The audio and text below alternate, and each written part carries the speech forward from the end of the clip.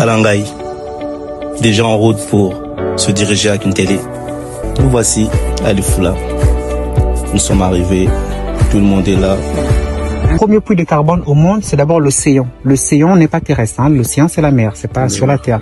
Donc du coup, l'océan c'est le premier puits de carbone. Après l'océan, sur la terre, c'est les tourbières.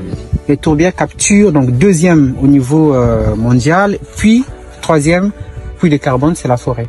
Comme avait dit le président Macron à la COP 27, si les tourbières du bassin du Congo disparaissaient, cela va annuler les efforts fournis ailleurs dans le monde pour sauver la planète contre le changement climatique.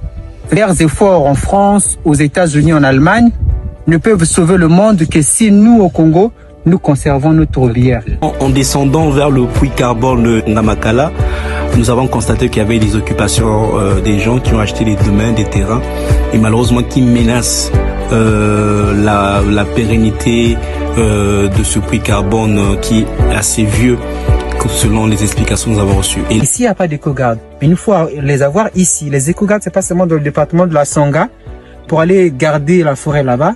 Non, c'est aussi les ONG qui reçoivent des financements pour être des éco-gardes, par exemple de la forêt de Ngamakala, par exemple. Et la ministre elle-même a parlé de ça et j'étais témoin. Cette expérience nous a tous permis, en tant qu'écologistes et négociateurs climat, d'aller sur le terrain, de toucher la réalité et de comprendre les enjeux climatiques. C'est à nous de conserver cette zone et nous devons faire du bruit. De la même manière qu'on se bat pour vivre au Congo, nous devons nous battre pour faire vivre cette zone.